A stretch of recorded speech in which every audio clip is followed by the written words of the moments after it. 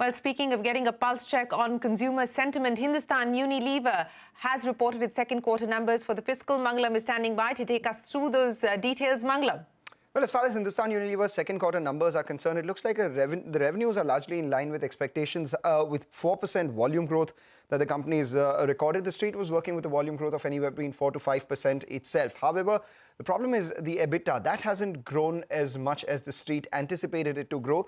And as a result of which, the EBITDA has come in at around 3,377 odd crores. That would mean a margin of 22.3%. Why has that happened? Well, because one, raw material inflation is still, hurting the company, or was expected to hurt the company in the second quarter as well. So gross margins have deteriorated both quarter on quarter by about 20 basis points and year on year by about 440 basis points as well. The company's tried to navigate through the gross margin issue by reducing its spends on advertising. So the company has just spent about 7% of its sales on advertising, as against close to 9.5% that it did the same time last year. So that's what supported the EBITDA margin this time around, which again is below street expectations. However, if you just take a look at the management commentary, we do have some commentary coming in from Sanjeev Mehta saying that, while demand conditions are still something that they're monitoring in the second half of this year, going forward, rural is a bit of a challenge. We will listen to what the company has to say in their press release,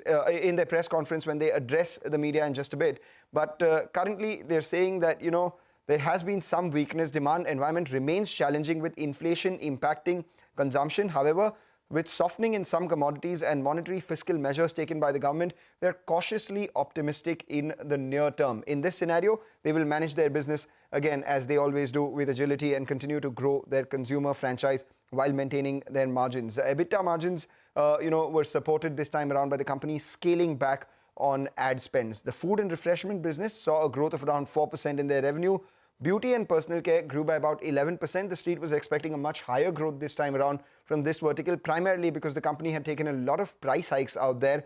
And home care delivered a 34% growth. That's much higher than street expectations. So the sum and substance of it all is that HUL's revenues have been largely in line with expectations. There is a mild miss on their gross margins, EBITDA, as well as net profit. The volumes in line, and the miss on their margins are largely because of inflation. The company believes that going forward, things are looking up, but they're nevertheless challenging. Cautious optimism coming in from the management of HUL.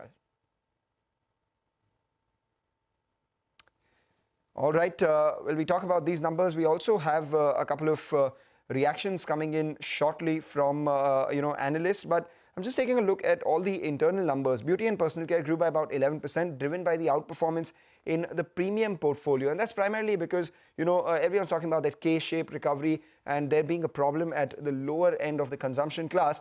And premium is doing well. Skin cleansing delivered a strong double-digit growth led by both beauty and premium brands. But the weakness was in the lower level brands. Food and refreshments grew by about 4%, driven by solid performance in foods, coffee and ice cream. However, remember, the volume growth in this would be much more, primarily because there was a lot of rationalization taking place in tea prices. We've seen that in the case of Tata Consumer as well. We do have the management, addressing the press about their numbers. Let's cut across. Empowering our Shakti entrepreneurs through a flagship Shikhar app to bring them to the forefront of new digital India. Our Dapada manufacturing site has been recognized by World Economic Forum as the Sustainability Lighthouse. We're the first company in India across sector to achieve this status. This recognition comes on the back of unit being accorded the designation of an advanced fourth industrial revolution lighthouse earlier this year, a fitting example of making HUL purpose-led and future-fit. During the first half of this fiscal, we have delivered strong performance both on top line and bottom line. We have added more than 4,000 crore to our top line, growing at 18% and taking our turnover to 28,530 crores. Despite unprecedented levels of inflation, we have maintained EBITDA margins at a healthy 23.2%. Net profit at rupees 4,905 crores grew 15%. Profit after tax before exceptional items grew 13%. Taking into account the strong performance of the company, the board of directors have declared an interim dividend of rupees 17 per share for the year ended March 31st, 2023, a step up of rupees 2 per share versus last year. Let me quickly summarize what we have covered till now. Strong growth momentum continued in September quarter. Top line grew 16%, supported by underlying volume growth of 4%. We continue to significantly outperform the market. Our EBITDA margin remained healthy at 23.3%. In the first half of this fiscal, we have added more than 4,000 crore to our top line, growing at 18%. Now, looking at external environment, while there has been easing of few commodity prices, inflation still continues to be a significant challenge for the industry. Except palm oil, which has seen a meaningful correction from its peak, most commodities remain volatile and elevated. Strengthening of US dollar is adding to further inflation. CPI inflation continue to remain above RBI's threshold. FMCG market context remains challenging, with inflation continuing to impact demand. In September quarter, FMCG market value growth for the categories we operate in was in mid-single digit, and urban was growing ahead of rural. Volumes continue to decline in the market. Moving to our outlook, in the near term, we are cautiously optimistic. Growth will continue to be price-led. Softening in some commodities, largely palm oil, will help marginally reduce price versus cost gap, leading to sequential improvement in gross margin. With the likely increase in media intensity, we expect a step up in our A&P investments. Our two clear imperatives remain. Number one, grow our consumer franchise and protect our business model. We will do this by investing competitively behind our brands, ensuring right price-value equation for our consumers, and driving savings harder. Number two, continue on our journey to create a purpose-led, future-fit HUL. We are focused to deliver 4G growth that is consistent, competitive, profitable, and responsible. With this, I complete my prepared remarks, and now we can take some questions. Thank you, Ritesh. Vinny, would you like to ask the first question, please? Yes, absolutely. Thank you so much, Prasad. Firstly, happy Diwali to everyone, Ritesh sir, Sanjeev sir, and everyone at HUL. And, I just want to talk firstly about, in terms of, you did mention cautiously optimistic outlook, but, the concern about the inflationary trends, which you were highlighting, that is still there. So what is this outlook coming in for the second half of FY23 in terms of margins? Because some of the FMCG companies are saying that, now that recovery in margins maybe could be delayed to Q4. So is that one of the factors that will play out for HUL as well? Other than that, I also want to understand in terms of rural growth, if you could just give us a number in terms of how slow is the rural growth and what is it in terms of the understanding of rural growth. And lastly, volume growth, right now it's a 4% volume growth. Could we start seeing better volumes going forward? And what is the trend coming in over there?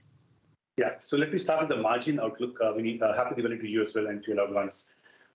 On margin, there are a few moving parts out here. Number one, the overall commodity inflation atmosphere, it is still significantly elevated. I spoke about earlier that vegetable oil, one key commodity, has seen a meaningful correction. But when you look at sugar, when you look at cereals, when you look at soda ash, when you look at plastics, there are many commodities which are elevated at a very high levels. Even crude oil has been firm at 90 plus. And the fact also is that if I just add to that crude oil, which is 90 plus, the impact of US dollar strengthening, it is almost equivalent to 100 plus once you add the impact of currency to it. So overall, inflation atmosphere still remains very elevated and significantly high. Now, the outlook, as I see going forward, definitely one meaningful commodity which has seen some coming off is palm oil. And if we start seeing easing off in other commodities, the outlook will be different. At this stage, what we are seeing is a marginal reduction in price versus cost as I look ahead for our margins. I mentioned in our presentation overall that our net material inflation is at 22% in this quarter. And compared to that, the 12% price increase that we have taken in this quarter. I do expect that this price versus cost gap, it will marginally reduce going forward, number one. And what will happen with that, it should help us to improve our sequential gross margin in quarters ahead. But a key reminder for all of us is media intensity will, in our mind, look up. As media intensity increases, we will see step up in A&P investment, and then that will have a tell in terms of what will happen to overall operating margin. So there are a few factors which are play out here. And let me request Sanjeev to talk about rural. Sure. Thank you, Ritesh. First, Winnie, a very happy new year to you, your loved ones, and your viewers. Yeah, talking about the market growth, first is I'll give you a picture of a 3-year average. 3-year average, we are talking about a value growth in the vicinity of 5% and a volume growth, which is about -1%. And if you break this 3-year average in urban and rural, it is not very different. It's very similar. So that's picture number one. The second one is, if we look at the quarter that has gone by, we are talking about a value growth of a market of about 7% and a volume growth of -6%. Here, there is a skewness.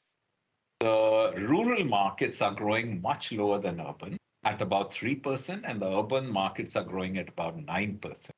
And as far as the volume growth is also concerned, the urban markets are, it is negative -3, whereas rural is negative -9. Yeah.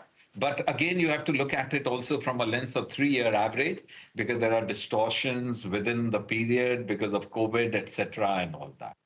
Now, why Ritesh was talking about a cautious optimism, that if we compare the last 3 months market growth versus the MAT market growth, then the value growth in MAT was 5%, and in the last 3 months, it is 7%. Yeah, September has been a particularly good month. So that's where the optimism comes. And the caution is that the volumes are still negative, the commodity prices are still inflated, and that is the reason why we talk about cautious optimism. Thank you, Sanjeev. Shilpa, would you like to go next? Yes, thank you. Gentlemen, firstly, happy Diwali to all of you. I wanted to understand, you did speak about a slowdown in rural, but when are you expecting a recovery to come in? And also the other one on the input side, we're seeing a mixed basket here, rather, right? There are deflation in some segments, there's inflation in some segments of your basket. So what are we supposed to expect now going forward? Are we expecting some form of stability? Are we looking at some price cuts? Are we looking at some price hikes? I just wanted to understand on that front.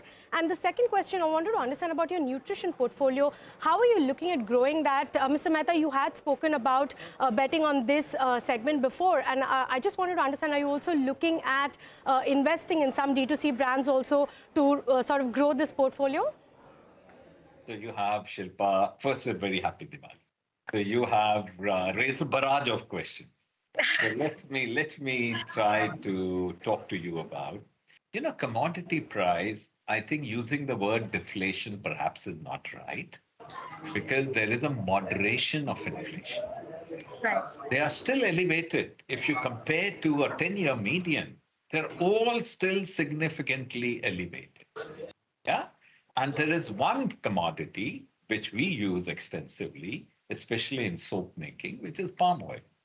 The palm oil, the prices are moderated, and we have consequentially taken actions to reduce the price, different price based on brands and price and packs and price points. But we have reduced it so that we give the right consumer value equation to our consumers. So that's on. But if you look at rest of the commodities, first, they remain still volatile. Yeah, you have seen still also how the gas price or the oil price keeps oscillating. Right. Yeah, whenever there is a bit more geopolitical tension, it goes up. Whenever there is a talk about OPEC cutting production, it goes up. So it's too early to talk about that commodity prices will moderate across the board. Yeah. Now you're talking about when will rural. First is, we must understand that we are talking about a scenario where has been a pretty significant price increase. I was explaining the market. Market is growing 7% in value and -6% in volume. The difference of 13% is the price growth. Right. So when the price growth happens of this extent, people at the bottom of pyramid, they get impacted much more. And that is the reason they cut back on the volume. But the good bit is that in India, the headline growth or the value growth is still holding. It's still positive both in urban and rural areas. Yeah. And we are also seeing evidence of stress in rural areas, right? That's the reason government has extended, rightfully so, the Prime Minister's scheme of giving food grains till end of the year. Yeah. So these are the right things because as a country, we have to help the poor people. So I believe once there are very clear evidence of the commodity prices softening, yeah, and we as manufacturers, producers, and brand owners will correct the price value equation by giving more value to the consumer. Yeah, Right. that is the time when the volume you should start seeing. But during this period, like Ritesh has rightly said, the growth is going to be price led. And the second question on the nutrition portfolio also? In portfolio, like I'd explained, we are very bullish about it because of the reasons I keep explaining. The penetration levels are low. Right. And then India has issues on deficiencies in micronutrients, vitamins, and minerals. And what better brand than Horlicks and Boost to help the consumers fill this need? Now, we are seeing our share strengthening. We are seeing penetration going up. And we are also seeing evidence of volumes moving up. If I compare the volumes, tonnage of HFD in the September quarter versus, say, the June quarter, this has been the best performance this year compared to the previous 2 years. So there are green shoots that all the steps that we have taken in terms of market development, in terms of seeding the low price packs, in terms of high science innovation, they have started to give results. And I believe this will keep building up as we go into the new year. But are you looking at picking up stakes in D2C brands also that are already established in the market, that will definitely help you speed and growth for the nutrition portfolio? You know my answer, yeah, is, but let me again explain, how do we look at acquisitions? We look at a strategic fit. We keep scanning the horizon. We have a very powerful war chest. Yeah, it's not a question that we don't have money to buy or to acquire, but it has to be strategic fit. It has to be a brand where we see very clearly a headroom for growth. It is clearly we should have a good business model and at the right price. We don't acquire businesses because it's a fad, but because for the reasons that I explained.